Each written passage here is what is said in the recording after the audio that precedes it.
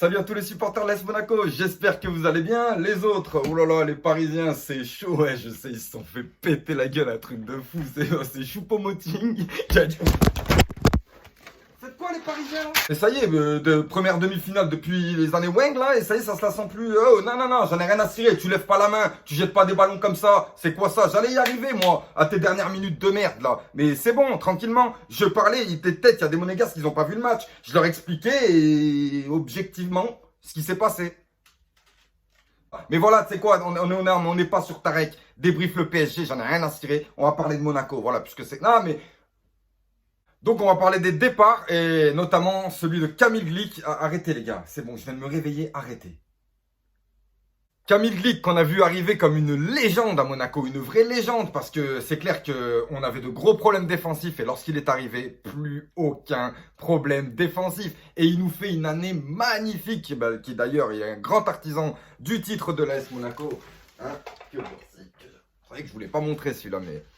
Il brille quand même, hein, il est pas mal. Mais qu'est-ce que t'as, toi? Et il a fait une année explosive, Kamil Glik. Mais le problème, c'est que ça a duré qu'un an. Voilà, c'est ça, c'est ça. Et en fait, ben, après, il a fait du bon, du moins bon. Mais le problème, c'est que c'est dans le même match. C'est-à-dire que, ben, il te sauve 3 buts. Mais les 2 buts, c'est à cause de lui.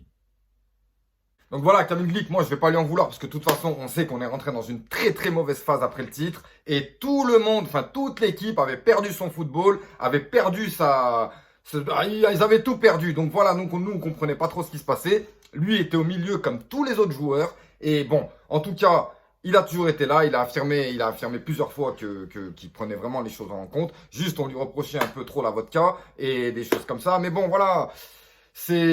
Après, ça reste des êtres humains, les joueurs de foot. Hein. Mais bon, en tout cas, je lui souhaite bonne chance. Bon courage pour ton arrivée à Benevento. Et ben, j'espère que tu vas finir ta carrière correctement et sans souci derrière. Voilà pour Kamil Glik. Kamil Glik, maintenant, il va falloir le remplacer. Mais qu'on ne me sorte pas que Axel Disasi est là pour remplacer Kamil Glik. Non, non, non, non, non, non, non. Faut arrêter. Axel Disasi, il est peut-être très fort, mais il a 22 ans. Badiachil, il a 19 ans. Voilà, tu peux... Enfin... Comment t'expliquer en fait? On a besoin d'expérience, on a besoin de joueurs expérimentés, surtout dans le secteur défensif. Ça, on en a parlé combien de fois de joueurs expérimentés? On avait compris, on a ramené Slimani, on a ramené Ben Yedder, on a ramené Fabregas, on a ramené Naldo. Bon, lui, il était peut-être un peu trop expérimenté, mais voilà, le truc, c'est que, ouais, il était plus vieux que Moreno, mais bon, c'est pas grave. Le truc, c'est que on peut pas faire une bonne défense, enfin, c'est-à-dire... Même un très très bon jeune joueur, il a besoin de quelqu'un derrière qui le pousse au cul. Sinon, voilà, il a besoin, sinon il campe sur ses acquis en fait. C'est ça que je veux t'expliquer. Donc s'il n'a pas quelqu'un derrière qui le pousse constamment, le jeune, il campe sur ses acquis, il s'endort et des fois, il rate sa carrière. Donc voilà, c'est ce qu'on veut pas pour ne serait-ce que Axel Disasi ou Benoît Badiachil. Donc, il faut un défenseur expérimenté. Il faut qu'il arrive là, dans les prochains jours. Et non, pas Maripane. Arrêtez avec vos conneries. Je sais qu'on a encore du lourd derrière. On a du Matsima. Matsima, il fait 2,50 m. Il est énorme. Ouais, franchement, il fait plaisir. Il y a aussi Marcelin qui est pas mal. Mais voilà, tout ça reste des jeunes joueurs. Donc, si tu prends pas un défenseur central expérimenté, ça ne peut pas aller, enfin du moins après ça c'est mon avis, mais bon on a bien vu de toute façon que les jeunes c'est bien mais ils ont besoin de quelque chose derrière. Il y a un autre départ qui se profile, c'est celui de Keita Baldé et là je suis pas content, sincèrement je suis pas content parce que bon Keita Baldé, bon, il a été exemplaire. Hein. L'année dernière, il a été exemplaire dans son attitude, dans son efficacité. À chaque fois qu'il rentrait, il était dangereux, il plantait, il n'y avait pas de souci là-dessus et il acceptait le fait de pouvoir être mis sur le banc par rapport à, bien sûr, Islam Slimani qui était monstrueux avec Ben Yedder, vous le saviez. Mais lui, lorsqu'il rentrait, il mettait vraiment un gros plus et il a passé, bon, après on est passé au confinement, tout ça. Et lors de ce confinement, il a été extrêmement humain, Keita Baldé. Il a aidé beaucoup de gens. Il a, à l'image de Fabregas, ils ont aidé beaucoup de gens au club, en dehors du club. Ils ont fait pas mal de choses. Et moi, j'aime bien ce genre de joueurs-là. C'est des joueurs d'expérience qui ont envie d'aider. Et quand on a envie d'aider, c'est à tous les niveaux. Ce qui fait que tout le monde peut compter sur eux. Et Keita Baldé, il avait réaffirmé le fait de vouloir rester à l'AS Monaco. Et je ne comprends pas pourquoi on le garde pas. Si c'est pour faire de la place à Willem Jebels, Alors moi, je veux bien, hein, mais Willem Jebels, je n'ai pas confiance. Pietro Pellegrini, je n'ai pas confiance. Ça fait 3 ans que j'ai confiance. Ça va, je peux avoir ne pas confiance cette année? Non, j'ai pas confiance. Je suis désolé. Pietro Pellegrini, il fait 10 minutes de match, il se reblesse. Faut arrêter les conneries. On ne peut pas compter sur eux. Alors, Pietro Pellegrini et Willem Jebels, mais encore Willem Jebels, je m'en prends à lui alors que c'est même lui qui a marqué contre Francfort. Faut pas déconner. Mais vous avez perdu du temps, les jeunes. Moi, je vous l'ai dit, vous avez perdu du temps. Et aujourd'hui, on ne peut pas se dire, t'inquiète, on a Pellegrini et Jebels. Non, on ne peut pas se le dire. On a besoin de faire les choses. Et c'est à vous de prouver et de venir et de faire sauter la place de ceux qui sont déjà là. Oui, mais il y en a qui sont indéboulonnables, vous le savez.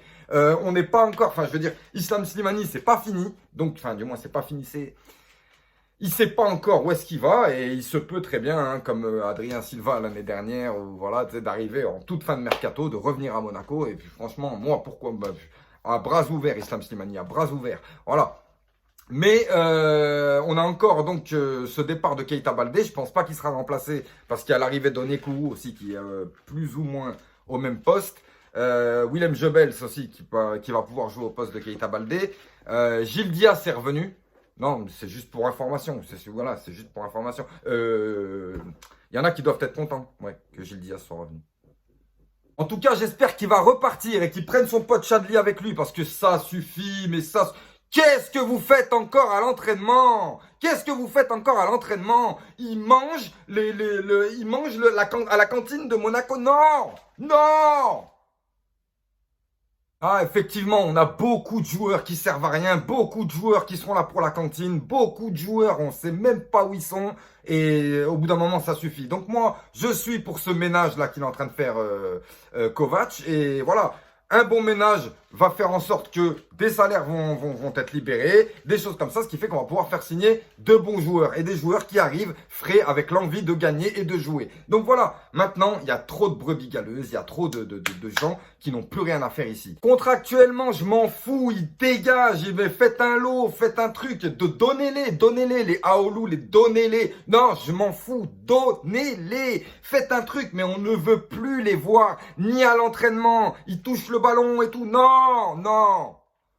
Pendant qu'on est en train de prendre du temps à expliquer des choses à Golovin, à Ben Yedder, voilà, ben non, on perd du temps à expliquer à Aoulou et à Chadli qui vont devoir partir. Donc voilà, moi au bout d'un moment c'est bon. C'est quoi encore cette histoire de KFC? L'autre en pleine préparation, il va te péter un KFC. Maintenant, tu sais quoi? Bon, moi, écoute.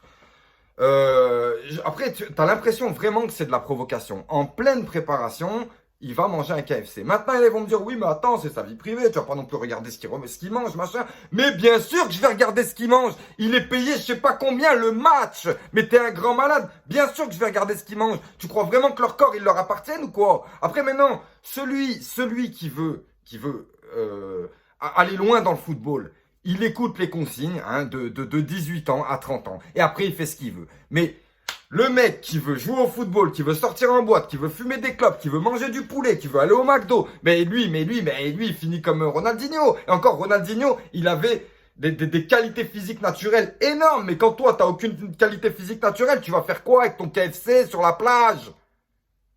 Enfin voilà, qu'est-ce que tu postes ça? Putain, t'es joueur professionnel, t'es en préparation là. Bon, sinon, Mouzaba, c'est signé. Dizazi, c'est signé. Et le prochain, logiquement, dans la logique des choses, devait être Weston McKennie, un Américain. Alors, cet Américain, il est bon, il est à Schalke 04. Il est bon, mais encore une fois, tu sais, des joueurs, ils sont super bons là-bas, tu les amènes. Voilà, non, moi, il n'y a plus de confiance, il n'y a plus rien. Donc maintenant, Weston McKennie, j'espère que ça va se faire, parce que de toute façon, on est en pole position par rapport au Hertha Berlin, qui veulent pas, non, ils veulent pas lâcher le... Voilà, donc nous, on va pouvoir peut-être le récupérer. Et ce joueur... je le connais pas en fait, je le connais pas. Le joueur américain, j'en connais peu. Mais non, je le connais pas, donc j'attends de voir. Comme pour Axel Dizazi, j'attends de voir. Mouzaba, j'ai vu, ah oui. Mouzaba, franchement, ça dépote. Sur le côté, ça dépote. J'espère qu'il va pas nous faire une Cavallero. Hein. Tout le monde se souvient de Cavallero qui a fait une préparation. J'ai dit, les gars, on a le futur Messi, Cristiano en même temps, les gars. Ah, il prend le ballon, il dribble tout le monde, il met des buts, il est trop fort. Et puis dès que la préparation c'est fini, bah c'était fini. Trop de méfiance, trop de choses, voilà, qui font que nous, ça fait 3 ans qu'on souffre. Vous le savez, 3 ans qu'on souffre. Maintenant, on a envie de concret. Et on a envie de revenir au haut niveau. Et d'ailleurs, enfin voilà, oui, la Ligue des Champions. Mais c'est vrai que hier, et même le match de Lyon, c'est vrai que ça m'a redonné l'envie. Et de toute façon, je sais qu'on va y retourner, c'est pas un souci. On arrive, les gars, on arrive. Mais voilà, on va pas pouvoir y arriver avec Badiachil et Dizazi. Tu vois ce que je veux dire? Il faut... Voilà. Venons-en à Ronny Lopez. Alors, Ronny Lopez, écoute-moi bien, écoute-moi, non, mais en fait, non, je vais pas m'en prendre à lui parce qu'il a signé à l'OGC Nice. Non, tu signes où tu veux, tu signes bien où tu veux, je m'en fous. Mais, c'est quoi cette photo, là? Vous l'avez vu, la photo? Non, mais non, c'est... Qu'est-ce que tu mets ton doigt? On va te le péter, ton doigt. Alan Saint-Maximin, c'est différent, Alan Saint-Maximin. Alan Saint-Maximin, en fait, il devait revenir de prêt à Monaco. On lui avait promis une place de titulaire. Le problème, c'est qu'il y avait Ronny Lopez. Voilà. Ronny Lopez, il était très performant. Donc, ils lui ont dit, ça va être difficile pour toi, Alan, d'être titulaire cette année. Donc, voilà, on te laisse considérer tes options. Si tu veux rester et faire le second couteau ou si tu veux partir. Lui, il a dit tout simplement, est-ce que vous pouvez respecter mon choix, s'il vous plaît? C'était une demande. Et il a voulu signer à l'OGC Nice. Donc, on a respecté son choix parce qu'on est des mecs cool. On a respecté son choix. On l'a vendu à l'OGC Nice. Cadeau, 10 millions, cadeau. Ok, il allait là-bas. Il a fait, et même en étant là-bas, il a toujours respecté l'AS Monaco. Ronny Lopez, lui, il arrive. Non, mais qu'est-ce que tu mets ton doigt? Mais on va te le péter ton doigt. Mais qu'est-ce que tu fais là? Non, mais t'as pas le droit de faire ça. Au moins, tu restes humble. Et en plus, moi, j'avais pas vu le tweet. Le tweet ou le truc. Alors, il a dit quand j'étais à Monaco et que j'ai joué contre Nice, je les voyais, les supporters niçois. Ils étaient à fond derrière leur équipe. Et nous, on n'est pas à fond derrière notre équipe. Nous, on n'est pas là. Enfin, du moins, il n'existait pas, en fait. Voilà, c'est ça. Mais tu es con ou tu le fais exprès? Excuse-moi, non, je te pose la question. Je t'ai pas traité de con, je te pose la question. Tu es con ou tu le fais exprès? Parce que si tu le fais exprès pour ton buzz, pour te faire détester, sache que déjà à Nice, ils te détestent, hein, avec ce que tu leur as mis quand même. Ah bah oui, faut dire ce qui est. Ronny Lopez est un bon joueur. Ronny Lopez a fait de très belles choses à Monaco. Je vais pas non plus cracher dessus, même s'il m'a plus énervé que fait de bonnes choses. Il a fait mal à beaucoup d'équipes, notamment le GC Nice. C'est pour ça qu'ils le connaissent tous déjà. Quand tu vois des joueurs comme ce putain comment il s'appelle, Ronny Lopez, c'est un culé qui fait là, il touche là, mais je t'explique là, le comme de ta mère. Quand tu touches là le ballon, eh ben c'est main, on va pas t'apprendre les règles du football non plus, tu vois. Oui, il l'a insulté, pas possible, enfin, ils l'ont insulté je ne sais combien de fois, parce qu'à chaque fois, il leur a mis la misère. Et tu t'es pris pour qui, Ronny Lopez? Tu t'es pris pour Cristiano Ronaldo? Tu t'es pris pour Lionel Messi? Ou pour Sanchez? Qu'est-ce qu'il y a? Et qu'est-ce que tu parles maintenant des supporters de Nice? Enfin bref, Ronny Lopez, déjà, t'es allé à Séville, je sais pas trop ce qui s'est passé parce que je m'en fous. Et ensuite, tu reviens là à l'OGC Nice, je te conseille vite de te calmer et d'arrêter de faire le malin parce que déjà, je pense que t'es attendu à Monaco. Et ne fais pas le malin contre nous. Fais ta saison, mais fais pas le malin contre nous parce qu'il y a un pote, il m'a dit, il va rien faire du tout, sauf contre nous. Et ça, à Monaco, on est habitué.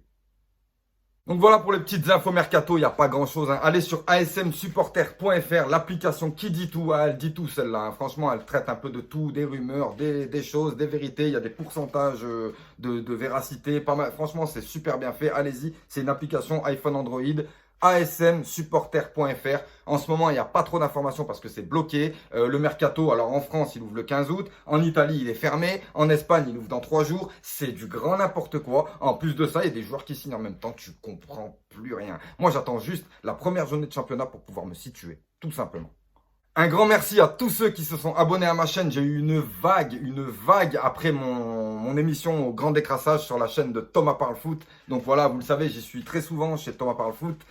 Invité dans le grand décrassage. C'est une émission les lundis soirs où on décrypte toute la journée de Ligue 1, donc tous les clubs, toutes les équipes, avec des questions. Tout ça mené parfaitement par Thomas. Il n'y a rien à dire, donc je vous donne rendez-vous là-bas. N'oubliez pas également, le 18 août, je suis invité par Mehdi Bamani de la chaîne l'OM C'est Nous. Donc voilà, avec Mehdi, on va discuter un peu de Monaco, de Marseille, de ce qu'on attend de nos clubs, de cette année de Ligue 1 qui devrait commencer quelques jours après. Et donc, bon, il y a beaucoup de choses à dire, je pense, hein, parce que c'est quand même deux clubs, il y a une belle rivalité. Monaco-Marseille, il y a toujours beaucoup de buts et beaucoup de spectacles. Donc voilà, on va essayer de vous voir un petit peu tout ça avec Mehdi. Et j'espère que vous serez nombreux avec moi, parce que je crois que je serai tout seul là-bas.